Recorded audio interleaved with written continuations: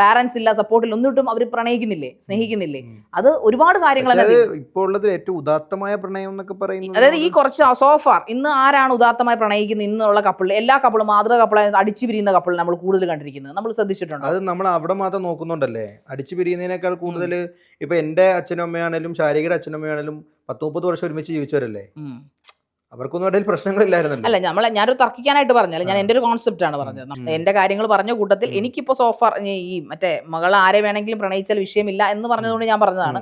Suppose one day അവൾ എന്നോട് വന്ന് പറയണം അമ്മ I am fell in love with a girl എന്ന് പറഞ്ഞാൽ പൊട്ടിത്തെറിക്കുന്ന ഒരു അമ്മ ആവത്തില്ല ഞാൻ. താങ്കൾ പറഞ്ഞാലും പൊട്ടിത്തെറിക്കുന്ന ഒരു സ്വഭാവക്കാരിയാണെങ്കിൽ പോലും നീ കൊള്ളാവോ, നീ എന്ത് വൃത്തിയോടാ കാണിക്കുന്നത്, എനിക്ക് സമ്മതിക്കാൻ പറ്റില്ല എന്ന് പറയുന്ന ഒരു അമ്മ ആയിരിക്കില്ല ഞാൻ. Definitely I will embrace Har.